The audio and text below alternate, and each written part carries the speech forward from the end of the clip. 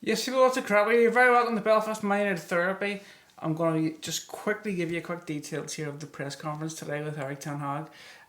Again, it was another bore fest. The man is a boring bastard to listen to. He makes you want to fall asleep. He takes all the energy out of the room. He's so unclear as a communicator. He's rubbish. The good news for us is that at least Rashford, McTominay is back, and also Bruno, and they'll probably play against Arsenal on Sunday.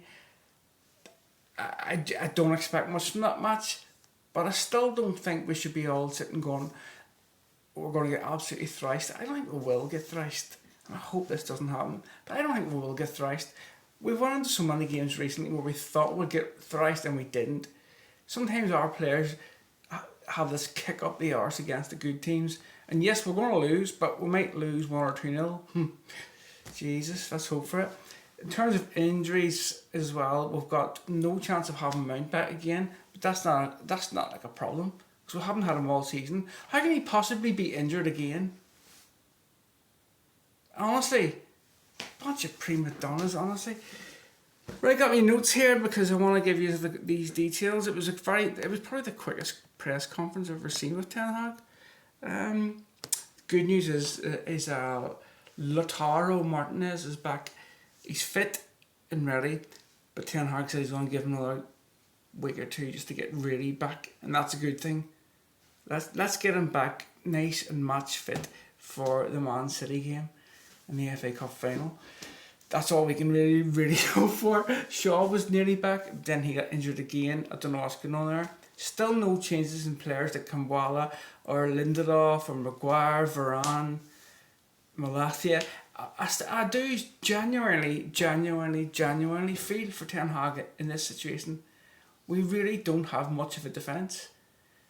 And he reminded us of it today in the press conference.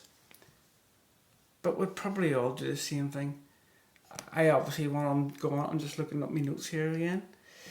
There's only a couple of questions today, and because Ten Hag wouldn't answer some questions, and he would have certain journalists removed. So I don't know about that. Like, just stand up to them and give them an answer. Anyway, right. He was asked. This surprised me. He was asked, "Oh, were you not disappointed with not getting Declan Rice last summer?" And he says, "Well, no, because we chose to have Mason Mount instead, and obviously it wasn't his fault or our fault, but he got injured, and so we didn't have him this season." I disagree, because Mount is not the same player as Declan Rice. They play different positions. Mount's more attacking. Mount is more like Eriksen, whereas Declan Rice is more like Casemiro. So I don't know what the crack is there. Well, you can all think about it and talk about it. Of course, then he was asked about his managerial job and his future. And I feel sorry for him when he gets asked questions like this, because what can he say? He can't really say anything apart from toe the party political line. He was asked questions like, wouldn't it be good to have a public official statement from Ineos backing you to say you're going to be the manager for next season? And then he kind of sidestepped it. And I don't blame him.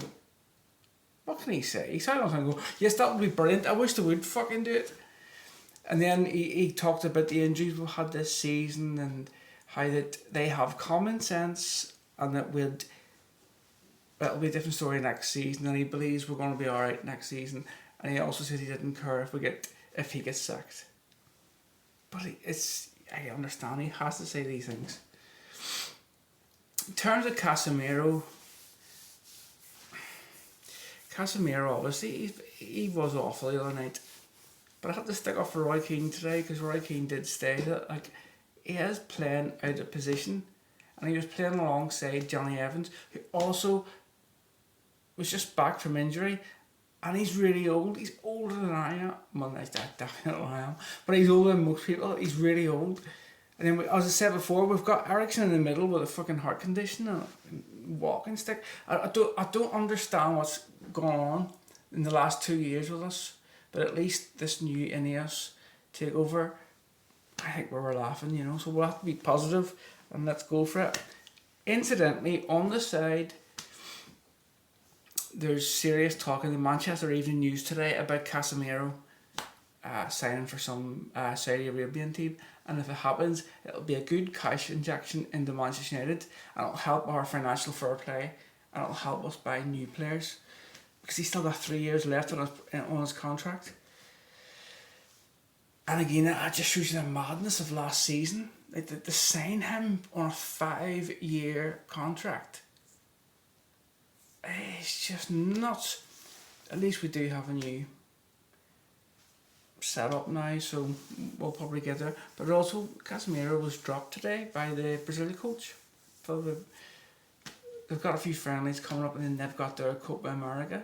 So, at the end of the day, yes, we'll have to accept that Casemiro's done as well, but he's not as done as Jamie Carragher was going on about. He was playing out of position. Final thing I want to say is about with Ten Hag. Obviously, I'm Ten Hag out, but where he's here, I'll still cheer on the team and I'll still cheer him on. I think he's a boring bastard. I don't think he's any charisma. I don't think the players even understand half the time what he wants from them. Just like when we're listening in a press conference, sometimes you wonder, what is he talking about? But we'll get behind him, and tomorrow I'm going to do a little preview of how I predict the team's going to be. I don't need to predict the tactics. I can tell you exactly what the tactics are going to be right now. I can tell you what he's going to set up with straight away. Guess what? 4-2-3-1. It never changes. So already Arsenal know what we're going to play. What is that all about? If he's meant to be this great manager, why do we know? Why does a Wally like me know this? And yet someone at the United fucking dressing room or something, maybe they do see it and they go, for fuck's sake, here we go again. He needs the ways to fuck up. But anyway, peace and love, and we'll speak to you soon. And also, please comment and like, subscribe. And I have to say, for anybody who listens to these videos of me, thank you so much. We're going to build a channel here from Belfast. It's for everybody, but I want to build it in Belfast. I want to make this really big. I want to get so many different people involved. People who are way better than I am at doing this, but also with like tactical knowledge, training knowledge. I want to get experts in different things. And let's see what the crack is. And we'll do some match reactions. But we'll get there. And Manchester United will be back. We definitely will. Peace and love.